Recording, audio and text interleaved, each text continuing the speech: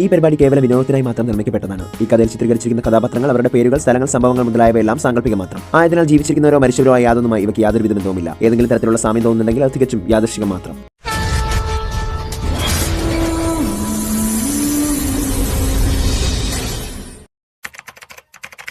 ഏതൊരു മത്സ്യകന്യകയാണോ ശുക്ലപക്ഷ പൗർണമിയിൽ മത്സ്യലോകം വിട്ട് പുറത്തേക്കിറങ്ങുന്നത്, അവരെ തേടി വരുന്നത് വളരെ ഭയാനകരമായ ഒന്നാണ്.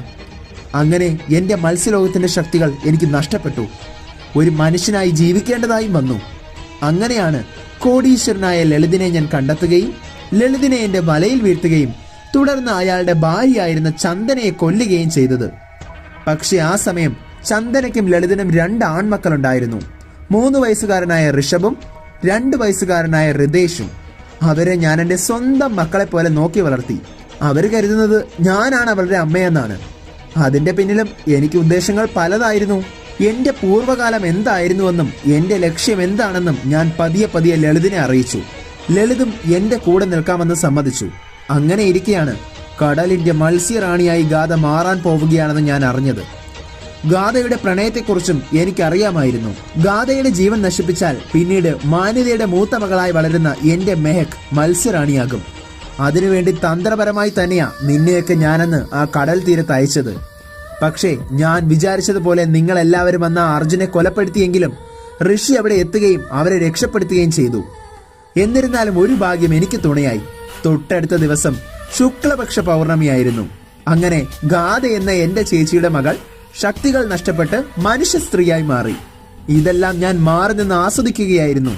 പക്ഷെ ഈ സംഭവങ്ങളും സത്യങ്ങളും തിരിച്ചറിയാതെ മെഹക് പ്രതികാരത്തിനൊരുങ്ങി. സത്യങ്ങളൊന്നും മെഹക്കിന് അറിയില്ലായിരുന്നു.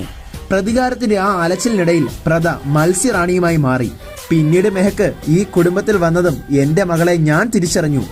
സത്യങ്ങൾ മെഹക്കിനോട് പറയാൻ ഞാൻ ഒരുപാട് കഷ്ടപ്പെട്ടതാ. ഇതിനിടെയാണ് ഋഷിക്ക് ആക്സിഡന്റ് സംഭവിച്ചത്.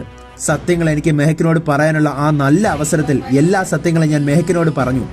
പ്രദ ഇന്ദ്രനീലം എടുക്കുവാനായി കടലിലേക്ക് പോയ സമയത്ത് എല്ലാ സത്യങ്ങളും ഞാൻ മെഹക്കിനോട് പറഞ്ഞു. എന്റെ മകളാണ് മെഹക്കെന്ന് അവൾ തിരിച്ചറിഞ്ഞു. ഇന്നലെ വരെ പ്രദ സഹോദരിയാണെന്ന് കരുതിയിരുന്ന മെഹക്കിന് ഇപ്പോൾ സത്യങ്ങളെല്ലാം അറിയാം. പ്രദ നിന്റെ സഹോദരി അല്ല മോളെ, ശത്രുവാണ്. നിന്റെ അമ്മയെ മത്സ്യലോകത്ത് നിന്നും പടിയടച്ച് പിണ്ടം വെച്ച ആളുടെ മകളാണ്. സീമയുടെ വായിൽ നിന്നും സത്യങ്ങൾ കേട്ട ഹരീഷ് സ്തംഭിച്ചു പോയി. തിരിച്ചൊന്നും പറയാനുള്ള അവസ്ഥയിലല്ലായിരുന്നു ഹരീഷ്. സീമ തുടർന്നു, അപ്പോൾ കാര്യങ്ങൾ എല്ലാവർക്കും മനസ്സിലായല്ലോ. ഇനി എല്ലാവരും എന്റെ കൂടെ നിൽക്കണം. സീമ അവരുടെ മുന്നിലേക്ക് കൈ നീട്ടി. സീമയുടെ കൈയുടെ മുകളിൽ ഹരീഷും ലളിതും മെഹക്കും കൈ കോർത്ത് പിടിച്ചു. ഇനി നമ്മുടെ ലക്ഷ്യം പ്രദയാണ്. 4 പേരും ഒന്നിച്ചു പറഞ്ഞു. സീമ വീണ്ടും തുടർന്നു, നാളെ ശുക്ലപക്ഷ പൗർണമിയാണ്. ബലിക്കല്ലിലെ അറവുമാടായി പ്രദയെ നാളെ നമ്മൾ ബലിയായി നൽകും. മത്സ്യറാണിയെ ആരാണോ കൊല്ലുന്നത് സ്വാഭാവികമായും അയാൾ മത്സ്യറാണിയായി മാറും.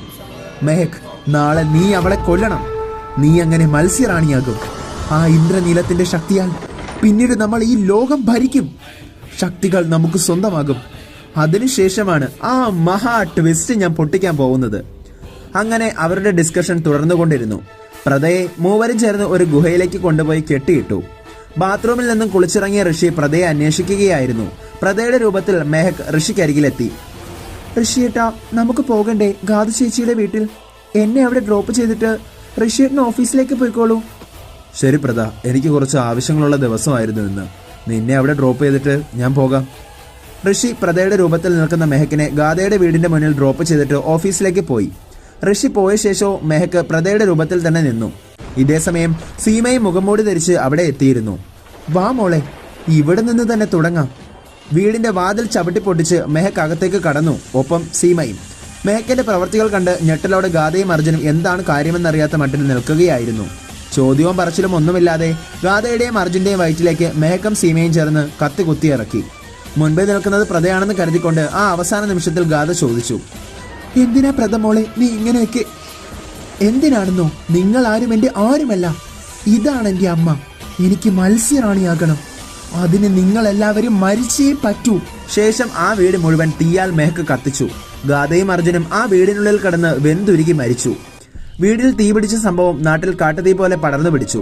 സംഭവം അറിഞ്ഞ് ഋഷിയും സ്ഥലത്തെത്തി. CCTV ചെക്ക് ചെയ്യുന്ന പോലീസുകാരുടെ കയ്യിലെ ദൃശ്യങ്ങൾ കണ്ട് ഋഷി സ്തംഭിച്ചു പോയി. പ്രദ ഗാഥയുടെ വയറ്റിൽ കത്തി കുത്തി കയറ്റുന്നു. ഋഷിക്ക് തന്റെ കണ്ണുകളെ വിശ്വസിക്കാനായില്ല. വളരെ ബുദ്ധിമുട്ടി ജീവിതത്തിലേക്ക് തിരിച്ചു കൊണ്ടുവന്ന അർജുനെയും ഗാഥയെയും തന്റെ ഭാര്യ ക്രൂരമായി കൊന്നതോർത്തപ്പോൾ മനസ്സിൽ എന്തൊന്നില്ലാത്ത വെറുപ്പ് ഋഷിക്ക് പ്രതയോട് തോന്നി. ഒരു നിമിഷം അവളെ തന്റെ കയ്യിൽ കിട്ടിയിരുന്നെങ്കിൽ കാരണമടിച്ചു പോയിക്കണമെന്ന് അവന് തോന്നിപ്പോയി. സംഭവങ്ങളുടെ യാഥാർത്ഥ്യം തിരിച്ചറിയാതെ ഋഷി പ്രതയെ തെറ്റിദ്ധരിച്ചു. ഇതേസമയം തന്നെ കെട്ടിയിട്ടിരുന്ന ഗുഹയിൽ നിന്നും ഒരുവിധം രക്ഷപ്പെട്ട് പ്രത പുറത്തേക്കിറങ്ങി. റോഡിലേക്ക് ഇറങ്ങിയ പ്രത അറിഞ്ഞത് തന്റെ ചേച്ചി ഗാഥയും അർജുനും മരിച്ചു എന്ന വാർത്തയായിരുന്നു. ഓടിക്കിതച്ച് അവൾ ഗാഥയുടെയും അർജുന്റെയും വീടിനരികിലേക്ക് എത്തി. വന്നപാടെ ഋഷി അവളെ കണ്ടതും പ്രത ഓടിപ്പോയി അവനെ കെട്ടിപ്പിടിച്ചു. ദേഷ്യത്തിൽ നിന്ന് ഋഷി അവളെ പിടിച്ചുമാറ്റി അവളുടെ കരണത്തിലണ്ട് പൊട്ടിച്ചു. എന്തിനു വേണ്ടിയായിരുന്നു ഈ നിരപരാധികളെ നീ ഉറുമ്പിനെ കൊല്ലും പോലെ കൊന്നുകളഞ്ഞത്? ഇന്നു മുതൽ നീ എനിക്ക് ആരുമല്ല. അല്ല, നിന്റെ കൂടെ ഉണ്ടായിരുന്നത് ആരാണ്? പറയടി, മുഖം മൂടി ധരിച്ച് നിന്റെ കൂടെ ഉണ്ടായിരുന്നത് ആരെന്ന് പറയാൻ എന്ന് പറഞ്ഞ് ഋഷി അവളെ പിടിച്ച് കുലുക്കി. തന്റെ മുന്നിൽ നടക്കുന്നത് എന്തെന്നറിയാതെ പ്രത ആകെ സ്തംഭിച്ചിരുന്നു. നിറഞ്ഞൊഴുകുന്ന മെഴികളോടെ അവൾ ഋഷിയോട് ചോദിച്ചു, ഋഷിയേട്ടാ, എന്താ ഇങ്ങനെയൊക്കെ പറയുന്നത്? ഞാനതിന് എന്ത് ചെയ്തു? CCTV ദൃശ്യങ്ങൾ ഋഷി പ്രതയ്ക്ക് നേരെ തിരിച്ചു വെച്ചു. ലാപ്ടോപ്പിലെ തന്റെ മുഖം കണ്ടതും പ്രത ഞെട്ടിപ്പോയി. ഋഷിയേട്ടാ, ഇത് ഞാനല്ല. ഞാൻ പറയുന്നതൊന്ന് കേൾക്ക്. എനിക്കിതൊന്നും അറിയില്ല. പക്ഷെ പ്രത പറയുന്നതൊന്നും കേൾക്കാതെ ഋഷി പോലീസ് ഓഫീസറോട് പറഞ്ഞു, സാർ, ഈ കൊലപാതകയെ ജയിലിലടക്ക്. ഇത്രയും പറഞ്ഞ് അവളുടെ കഴുത്തിലെ താലിമാല ഋഷി വലിച്ചു പൊട്ടിച്ചു. പ്രതയ്ക്ക് തന്റെ നെഞ്ചു പൊട്ടിപ്പോകും തോന്നി. ലേഡി കോൺസ്റ്റബിൾ അവളെ ജീപ്പിലേക്ക് കയറ്റി. പോലീസ് സ്റ്റേഷനിലെത്തിയ പ്രതയെ ജയിലിലടച്ചു. കരഞ്ഞു കലങ്ങിയ കണ്ണുകളുമായി എന്താണ് നടന്നതെന്നറിയാതെ അവൾ ആകെ ആശയക്കുഴപ്പത്തിലായിരുന്നു.